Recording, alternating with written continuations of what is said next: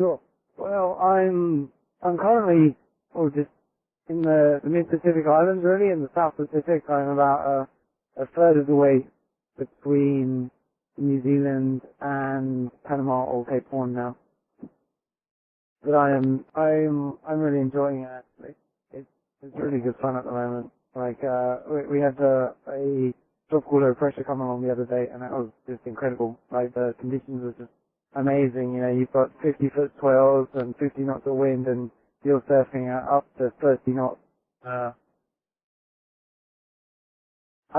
Nothing beats surfing down a wave, a big Southern Ocean wave, and the feeling is just incredible. Yeah, there's spray absolutely everywhere, and the whole boat hums. And when you really get on a surf, only the back third of the boat is in the water. And then, half the time it's at night, and when it's at night, you wonder, the boat leaps off a wave and it goes into this huge surf, and then you wonder what's going to happen at the bottom, really. Because it's just this colossal wave, and usually when you get to one, like, spray flies everywhere, the bow sometimes digs in, and water rushes up the deck, and you wonder, right, now we're a green submarine. I'm always totally confident. Because we've got so much power behind the boat, we just basically plow for everything. No, I wasn't worried about fish bowling. That's amazing.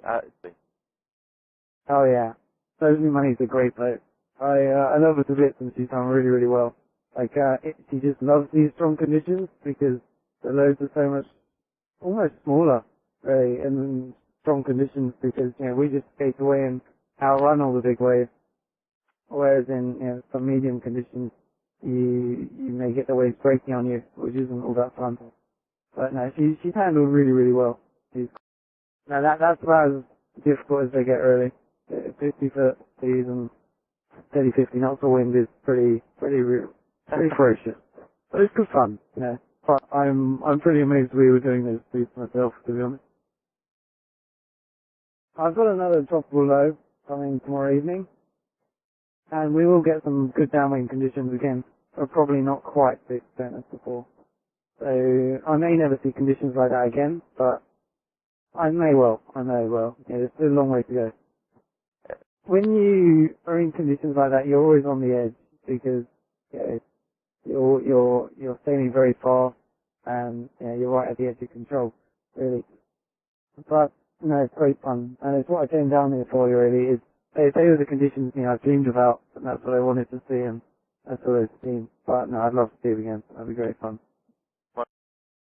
No, I'm in good shape. Now I'm eating well and sleeping well. So, we're good, doing good. I'm happy. It could go either way. I'm definitely 50-50. There's pros and cons to both options. To go to Panama would probably be easier, and it's almost a shorter route. But, Cape Horn is Cape Horn, and it's the one everyone associates with, really. And that was the one I originally wanted to get around as well. No, it makes no difference to the record. It's just nice to have, really. I personally would love to go around Cape Horn, but I'm not gonna push hard, and it is getting into the winter. So I'm not sure. The biggest challenge that remains, well, I mean, in the next week we're going to be skirting along a lot of islands. There's a lot of things to dodge and a lot of reefs which we need to make sure we don't hit. Definitely. But if I was to go around Cape Horn, then it's notorious and it will be very cold. And there's only about 6-7 hours of daylight down there at the moment, so there's not much. To go around Cape Horn more in the winter than in the summer is an interesting question, really. But what a lot of people don't realise about the Southern Ocean is that it's a heck of a lot more predictable in the winter.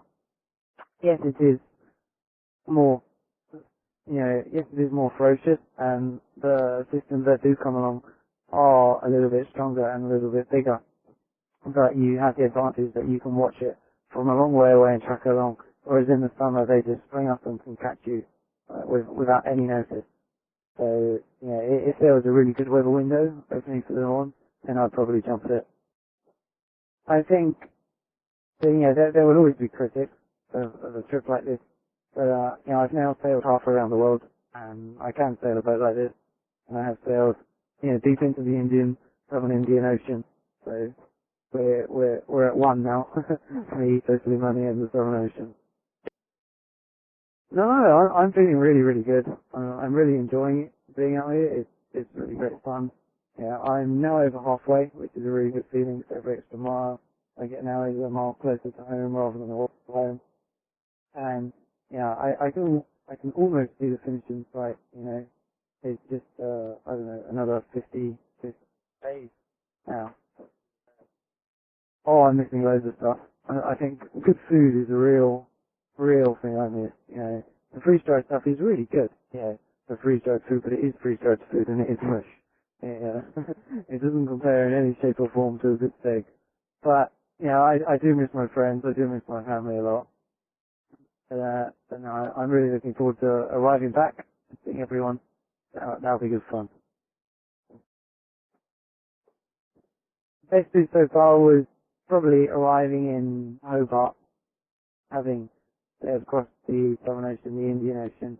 That was a real personal achievement, and that was a really, really good feeling. But also, you know, the best moments have been when we've been in a big storm and there's been really big downwind conditions, because, as I said before, nothing beats surfing down a wave up to, you know, 25 knots. You know, the grin is just huge on my face. I think that the worst parts are, you know, you do get down sometimes, and you do miss your family, and you wonder, you know, why am I doing a trip like this? But then, you know, you do get down, and you do get a low moment, but then you spring back and you get this such high moment, and you realise that, you know, you're at one with nature here, and, you know, you really appreciate it. Like, in the Southern Ocean, you see hundreds of albatrosses, and they're just incredible to watch, and you realise you're not alone.